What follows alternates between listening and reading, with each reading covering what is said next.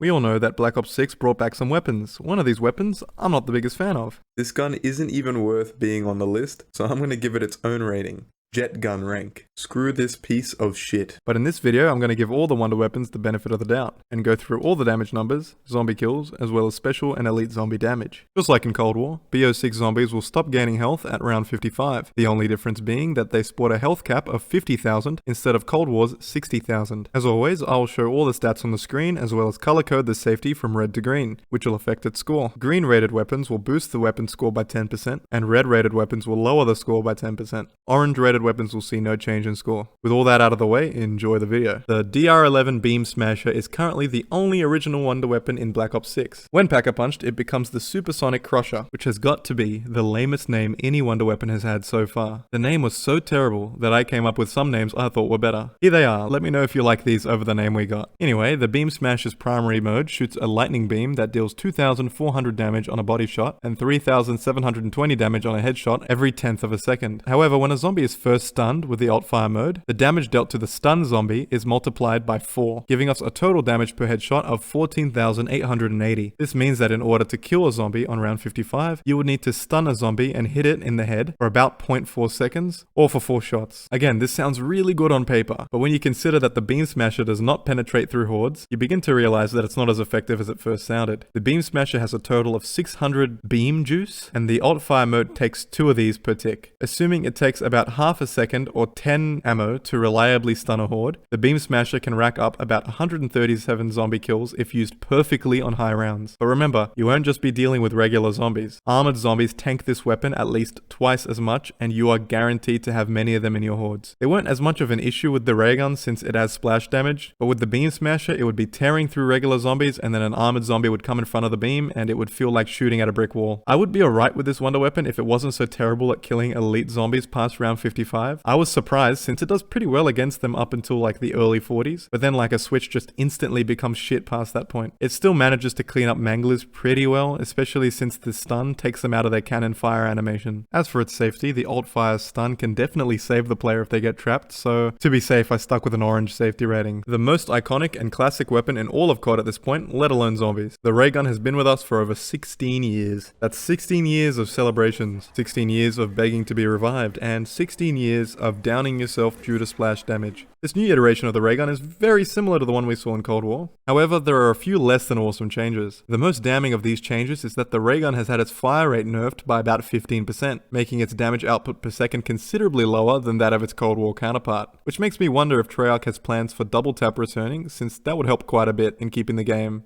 well, you know, actually fun. Another nerf that honestly I couldn't believe when I noticed it in game is that headshots have a 1x multiplier now, meaning that with this version of the ray gun, body shots and headshots do exactly the same amount of damage unless you're using deadshot. But probably the most detrimental thing they did in terms of damage is that this version of the ray gun has had its splash damage and direct damage combined into the same damage source. Basically, the ray gun up until this point has had 2 different damage types. Splash damage, which basically is just the little explosions that happen when the ray gun bolts hit a surface, which deal a variable amount of damage depending on how close the zombie is to the center of the explosion, and direct damage, which is a flat damage number dealt to a zombie on a direct hit. This meant that in the case of Cold War, a zombie hit directly with the ray gun would receive 8,000 flat damage from the bolt itself, and then 10 to 18,000 damage on top of that due to the splash. In Black Ops 6, however, both the splash and direct damage numbers are merged into a consistent value of 17,258, regardless of where you hit a zombie. Unless of course you shoot at the ground, then depending on how far away the zombie is from the point of contact, it'll deal less, just like in the games before. The only buff the ray gun has had since Cold War is its ammo. The Black Ops 6 ray gun has brought up the ammo from 200 total shots back to the classic 240 shots we all know and love. Now with all that boring nerd shit out of the way, it's time to get to the fun nerd shit. 240 shots coupled with a damage of 17,258 means that the Black Ops 6 ray gun will consistently kill regular zombies on round 55 after 3 shots. This leaves us with a total kill counter of about 80 zombie kills, which sounds like absolute shit, and that's because it is. Until you take into account the damage each shot does to near nearby zombies, that being an average of 8,250 damage per shot to 3 extra zombies. So at the expense of my sanity, the gun actually deals 42,008 damage per shot at a horde, killing the initial zombie in 3 shots like usual, but damaging 3 others to half health at the same time, giving us a total kill count of about 190. So to settle things once and for all, the Black Ops 6 ray gun is unfortunately behind the Cold War version by about 85 zombie kills, making it the second best version of the OG ray gun of all time. As for special and elite zombie damage, the ray gun struggles against both at high rounds, which was a surprise to me since it melts all of them in earlier rounds. Pretty much all fully upgraded guns with napalm burst will damage manglers better than the ray gun will. I wouldn't even bother with amalgams unless you use the Beamsmasher alt fire mode beforehand. The safety of the ray gun is unfortunately the same as it's always been. If you're trapped on round 55 with it, you almost certainly will die, so I gave it a red rating. Getting my mouth to say that the jet gun is good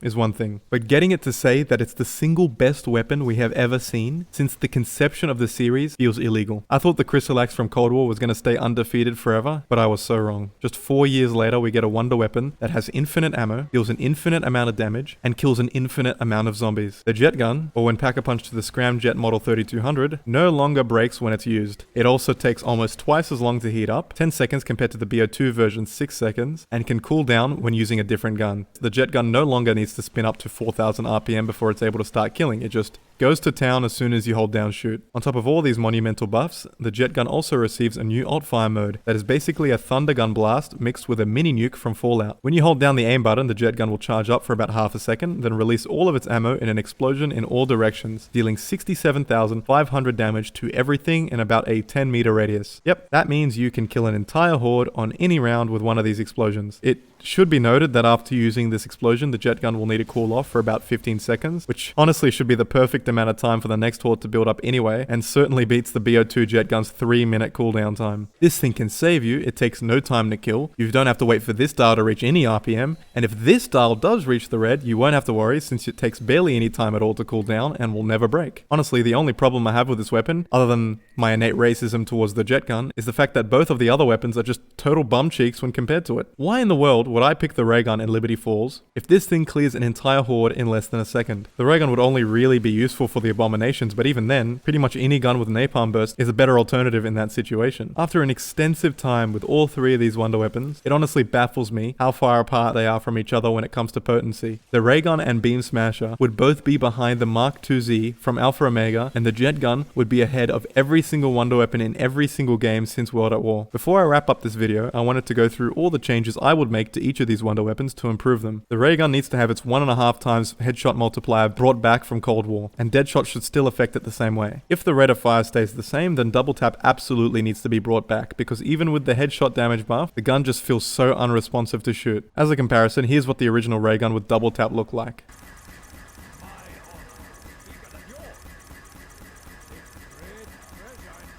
With these changes, the direct and splash damage types don't even need to be separated. This would be enough to bring the ray gun out of the murky waters of absolute abhorrence and into the shining light of mediocrity. I don't know if I'm a genius or if Treyarch are a few keys short of a piano, but why doesn't the Beamsmasher deal extra damage to amalgams? It shoots lightning and the amalgam is weak to dead wire, so wouldn't a constant beam of straight electricity be more damaging than bullets with a bit of static built up in it? Besides this, and the name of the damn thing, the only real change I would make for the Beamsmasher is to allow it to pierce through zombies. Simply changing this one thing will boost its kill count from 137 to an average of about 1,096 zombie kills, which isn't even that crazy considering it would be behind 6 wonder weapons from previous games, and most importantly, way behind the jet gun from this game. Which leads me to the jet gun. There isn't a single thing I would change about this weapon. It's perfect in every way. I just hope Treyarch doesn't touch it, because recently they've been nerfing everything, as if zombies are complaining about balancing issues and are rallying against the use of OP wonder weapons and ammo mods. Anyway, I am excited to see what new wonder weapons will come of the DLC 1 map around the corner, and also hoping to God that Treyarch fix the issues with the weapons in the game right now. And with all that out of the way, I can finally wrap up this video and say thanks for watching.